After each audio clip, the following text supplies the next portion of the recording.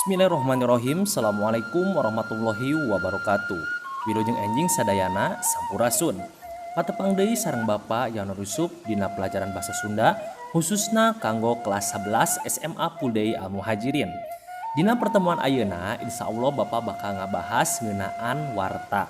Mung satacan dikawitan, mangga kanggo hidup sadayana margi kelas 11 masih aya buku paketna janten naon wae anu dijelaskeun ku Bapak ayeuna dicatat ya, dicatat dina buku bahasa Sunda teras hidup milarian definisi lain atau ti sumber lain ngeunaan materi anu dibahas dina pertemuan ayeuna.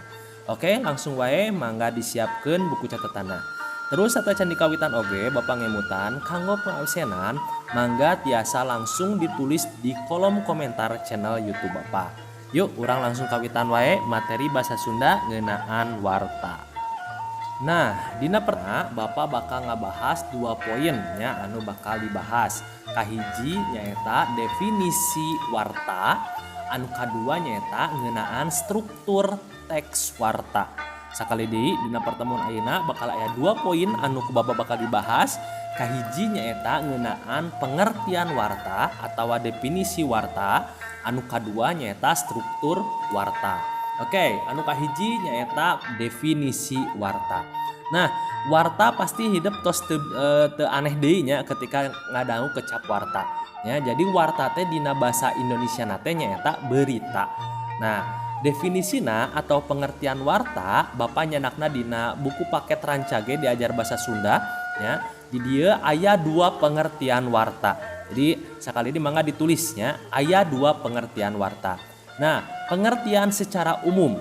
Pengertian secara umum warta teh nyaeta informasi atawa laporan ngeunaan peristiwa atawa kajadian aktual tur anyar ceuk hitungan waktu. Sakali deui pengertian warta secara umum teh nyaeta informasi atawa laporan ngeunaan peristiwa atawa kajadian aktual tur anyar ceuk hitungan waktu. Nah, eta pengertian warta secara umum. Di dieu aya kecap informasi jeung laporan. Nah, berarti segala bentuk informasi teh itu asupna kana warta. Tapi informasi anu kumaha? Nah, ya jelas informasina teh nyaeta ngeunaan peristiwa anu aktual. Tur anyar ceuk hitungan waktu. Maksudna anyar teh nyaeta keur rame diperbincangkeun ayeuna misalnya. Nah, contoh misalnya ayeuna berita anu keur aktual teh ngeunaan pesawat Sriwijaya Air teh anu kecelakaan. Nah, eta tiasa dijadikeun warta nya margi naon? Margi eta kahiji ngeunaan informasi jelas ya. Kadua peristiwa nya anu keur aktual. Nah, eta pengertian warta secara umum. Nah, terus aya deui nya warta pengertian warta menurut para ahli. Nah, nya di dieu para ahli teh nyebutkeun yen pengertian warta teh nyaeta laporan tina peristiwa atawa kamandang nu sifatna penting, ngirut jeung anyar pikeun masyarakat rea kapublikasikeun secara lega kalawan make media massa secara periodik. Nah, eta pengertian warta menurut para ahli. Kuapa diulanginya? Pengertian warta cek para ahli teh nyaeta warta nyaeta laporan tina peristiwa atawa kamandang anu sifatna penting, ngirut jeung anyar pikeun masyarakat rea kapublikasikeun secara lega kalawan make media massa secara periodik. Nah, eta pengertian warta menurut para ahli. Nah, dina definisi warta menurut para ahli di dieu, nah di dieu aya sababaraha kecapnya anu memang saleresna mah hampir sami sareng pengertian warta secara umum, tapi di dieu leuwih spesifik deui nya. Di dieu aya kecap laporan nya tina hiji peristiwa nya anu sifatna penting eta hampir sami. Nah, di dieu tapi ditambahan deui aya kecap ngirut nya. Maksudna ngirut di dieu teh nya eta menarik lah ya, menarik. Terus aya anyar pikeun masyarakat rea tadi ya. Jadi berita teh kudu berita yang baru ya.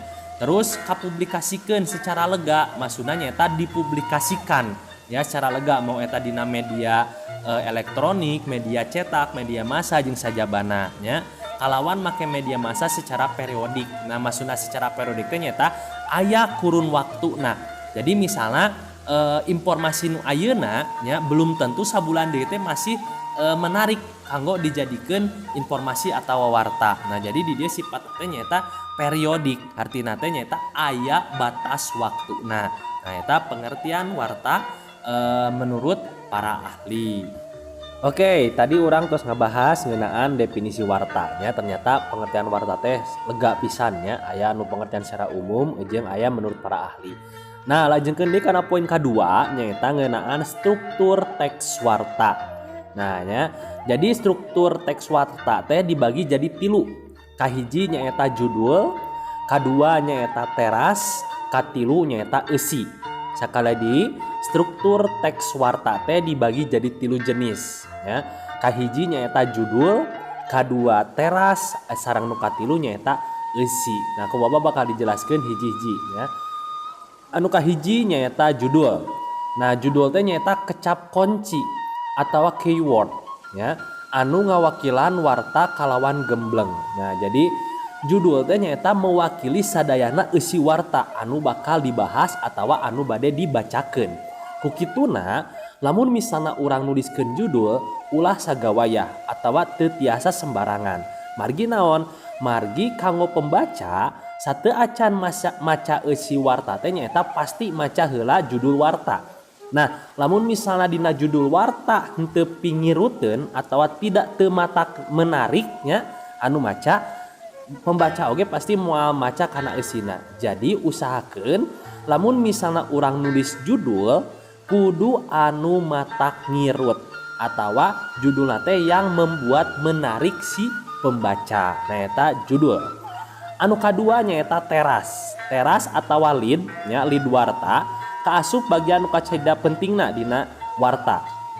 Dina teras warta karangkum inti tina sakabeh warta anu gembleng anu bade dibahas. Nah, jadi lamun misalnya bentukna si warta teh nyaeta surat kabarnya juga koran, si paragraf pertama, nah leadnya eta teh nya, paragraf pertama teh kudu ngabahas hal-hal anu memang bakal dibahas sampai ke kaberes. Nah, dirangkum ya.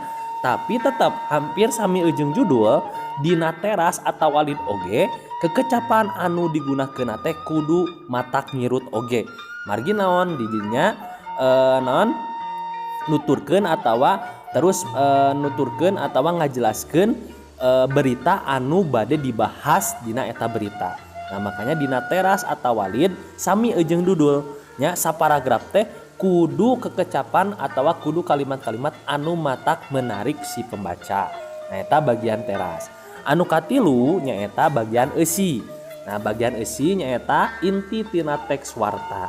Eusi warta teh eusi berita anu bisa ngawincik deui warta sina pertela nya pisan sakur informasi nu ditepikeun. Jadi dina eusi dina bagian eusi warta di dieu ngajelaskeun ngeunaan eusi sagemblengan dina warta anu bade dituliskeun. Nah, eta panginten struktur teks warta.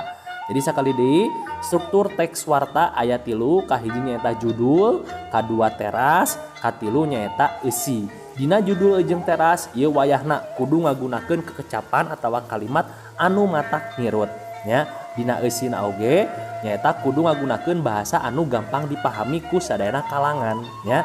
Nah eta ngeunaan warta nya. Insyaallah minggu payun urang masih lajengkeun materi wartana nya.